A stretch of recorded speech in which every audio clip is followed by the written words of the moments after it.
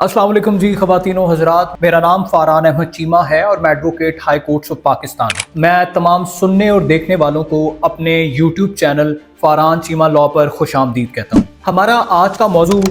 Husband and wife के दरमियान मौजूद शादी के रिश्ते के ऊपर है। दो लोग जब एक दूसरे के साथ ज़िंदगी गुजारने का फ़ैसला करते हैं तो वो निकाह के खूबसूरत बंधन में बंधे जाते हैं, लेकिन अगर साथ चलते हुए किसी भी वजह से अगर किसी मोड़ पर आकर वो ये समझते हैं कि अब हम मज़ीद इस रिश्ते को बरकरार नहीं रख सकते, तो सवाल ये है कि क्या इस्लाम के अंदर इजाज़त है कि वो इस रिश्ते को ख़त्म कर सकते हैं या नहीं। याद रहे कि इस्लाम डिसोल्यूशन ऑफ मैरिज यानी कि इस रिश्ते को ख़त्म करने के 3 तरीक़ों की इजाज़त देता है। एक है तलाक, यानी कि ये यूनिलैटरल एक्ट है हस्बैंड का कि जिसके अंदर वो अपनी मर्जी से अगर ये समझता है कि मैं इस खातून के साथ मजीद ज़िंदगी नहीं गुजार सकता या इसे अपने निकाह में नहीं रखना चाहता तो वो उसको तलाक अनाउंस कर देता है। दूसरा तरीका है मुबारत, जिसके अंदर दोनों पार्टीज यानी कि हस्बैंड और वाइफ अगर ये फैसला करते हैं कि हम एक दूसरे के साथ ज़िंदगी नहीं गुजारना चाहते और वो म्यूचुअल कंसेंट के साथ एक दूसरे को इस रिश्ते से आज़ाद करना चाहते हैं, तो इसको कहा जाता है मुबारत। अब तीसरा तरीका है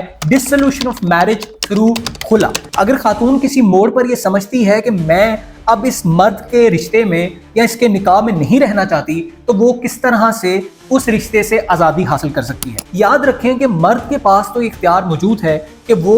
बिना किसी पार्टी की इंटरवेंशन के उस खातून को अपने निकाह से निकाल सकता है, लेकिन अगर हम बात करें बीवी की तो वो अपनी मर्जी से निकाह से आज़ाद नहीं हो सकती, उसे तीसरी पार्टी को इंटरवीन करवाना पड़ता है, दैट इज़ अ कोर्ट। तो वो क्या करेगी, तो वो फैमिली कोर्ट में एक डिसोल्यूशन ऑफ मैरिज की अपील फाइल करेगी। तो वो फैमिली कोर्ट्स में under section 2 of dissolution of Muslim marriages 1939 के तहत थ्रू खुला का सूट फाइल करेगी। तो याद रखें कि इसी एक्ट के सेक्शन 2 के तहत इसके अंदर कुछ ग्राउंड्स बताए गए हैं कि on the basis of which that very woman can file a suit for the dissolution of marriage through खुला। अगर हम इन ग्राउंड्स की बात करें तो अगर एक शौहर ने अपनी मौजूदा वाइफ की इजाजत के बगैर दूसरी शादी की है, यानी कि उसने कानून तोड़ा है, that is provided under section 6 of Muslim family laws ordinance 1961, तो वो उस सूरत में भी वो जो औरत है वो इस ग्राउंड की बिना पर खुला का केस फाइल कर सकती है। इसके साथ साथ अगर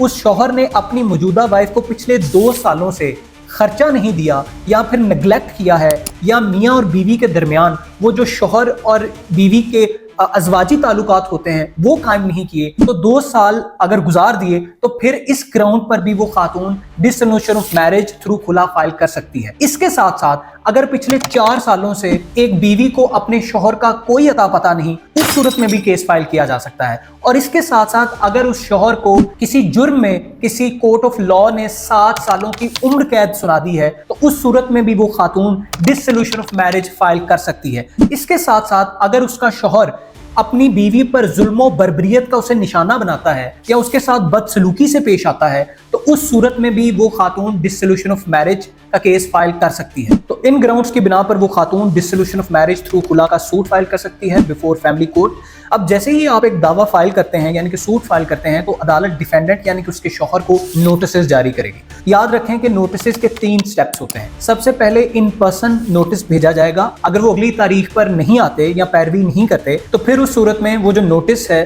वो उस डिफेंडेंट के घर पर चस्पा कर दिया जाएगा। अगर फिर भी वो वहां पर नहीं आते तो फिर एक अखबार इश्तिहार किया जाता है कि जिसके अंदर बताया जाता है कि जी फलां खातून ने केस फाइल किया है अगेंस्ट फलां बंदा, या किसी भी प्लेंटिफ पटिशनर ने एक केस फाइल किया है अगेंस्ट फलां डिफेंडेंट या रिस्पोंडेंट और जिसकी नेक्स्ट डेट फलां है। अगर फिर भी इस अखबार इश्तिहार के बाद कोई बंदा पेश नहीं होता तो एक यकतरफा कार्रवाई का आगाज किया जाता है जिसे कानूनी जबान में एक्स पार्टे प्रोसीडिंग्स का नाम दिया जाता है। अब फॉर एग्जांपल अगर उसका शौहर या डिफेंडेंट प्रोसीडिंग्स का हिस्सा बन जाता है, उस केस के अंदर अगर शौहर खातून के ग्राउंड्स को रिबर्ट करता है तो अदालत उनके written statement suit filed by the wife को मद्देनजर रखते हुए under section 10 of family courts act के तहत एक रिकंसाइलेशन की डेट अनाउंस करती है कि जिसमें वो एक अपॉर्चुनिटी प्रोवाइड करती है टू बोथ पार्टीज कि वो आपस में सुलह कर सकें। अगर इस अपॉर्चुनिटी की मौजूदगी के बावजूद वो खातून इस रिश्ते को बरकरार नहीं रखना चाहती तो अदालत एक डिग्री पास करेगी in the favour of that very woman. उस डिग्री को वो खातून यूनियन काउंसिल में जाके सबमिट करवाएगी। उसकी सबमिशन के बाद union council is under a duty कि वो दोबारा से रिकंसाइलेशन की कोशिश करे। अगर इन 3 अपॉर्चुनिटीज के बावजूद जब 90 दिन गुजर जाएंगे, यानी 3 महीनों का वक्फा हो चुका होगा, और फिर भी वो खातून इस रिश्ते को बरकरार नहीं रखना चाहती होगी, तो फिर वो यूनियन काउंसिल उस शादी के बंधन को तोड़ने का सर्टिफिकेट, यानी कि डिसोल्यूशन ऑफ मैरिज थ्रू खुला का सर्टिफिकेट इशू करेगी। तो ये है वो सारा प्रोसीजर जो कि खातून इस्तेमाल करती है इन ऑर्डर टू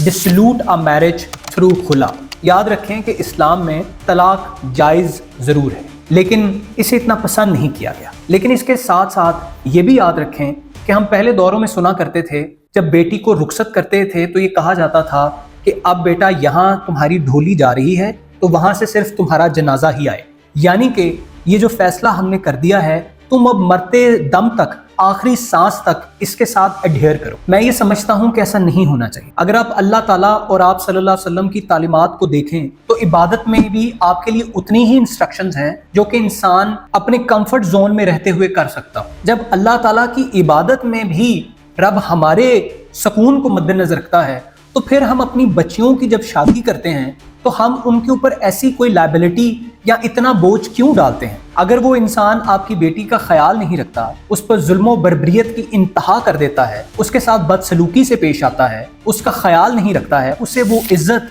वो एहतराम, वो सलूक नहीं देता जो कि वो डिजर्व करती है, तो फिर यकीनन उस शादी को बरकरार रखने या उस बंधन को कायम रखने का कोई जवाब नहीं पैदा होता। इसलिए कोशिश ये ज़रूर करनी चाहिए कि आप उस रिश्ते को कायम रखें। इस्लाम इसे पसंद तो नहीं करता, लेकिन इसका ये मतलब नहीं है कि इसकी इजाज़त नहीं। तो अगर आपकी तमाम कोशिशों के बावजूद वो रिश्ता आगे नहीं चल पा रहा या आपको वो मकाम नहीं मिल रहा जो जिसके आप हकदार हैं, तो फिर बेहतर यही है कि उस बंधन को तोड़ दिया जाए, बजाय इसके कि मामलात को मजीद ख़राब किया जाए। तो इस वीडियो को देखने वाले उन तमाम मर्द हजरात से मेरी गुजारिश है कि जब आप किसी की बेटी बहन को अपने घर में लेकर आते हैं, उसे वही इज्जत और वही मकाम दें जो आप अपनी बेटी और अपनी बहन के लिए चाहते हैं जब वो किसी दूसरे के घर में जाते हैं। अगर आप हमारी वीडियोस पसंद करते हैं और हमें इनकरेज करना चाहते हैं, तो हमारी वीडियोस को अपने दोस्त और अहबाब के साथ शेयर करें ताकि हमारा चैनल ग्रो हो सके और ये ज़्यादा से ज़्यादा लोगों की मदद कर सके। अगर आप कोई टेलर्ड लीगल ओपिनियन चाहते हैं या अपना ज़ाती मामला